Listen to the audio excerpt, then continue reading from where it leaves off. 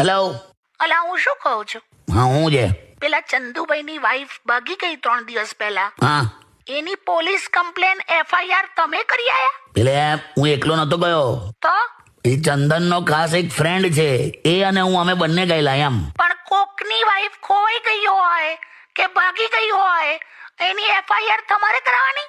અલા તમારું કોઈ લફડું છે એની હાથે? કોઈ લફડા નથી લઈ આવ્યા.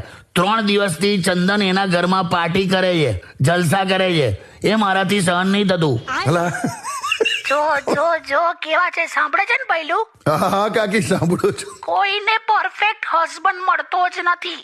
એમ એ તો એને ધમકાઈને મારી મછોડીને રિપેરિંગ કરીને સારો બનાવવો પડે છે. તે પત્નીનું એવું જ હોય, પરફેક્ટ કોઈને મળતી જ નહીં. એને પણ પછી પટાઈને પંપાડીને ગિફ્ટ આપીને ફોટોશૂટ કરીને બધું વ્યવસ્થિત બનાવવી પડે છે. ભલે ભલે. તારે હું એ બધું જવા દે.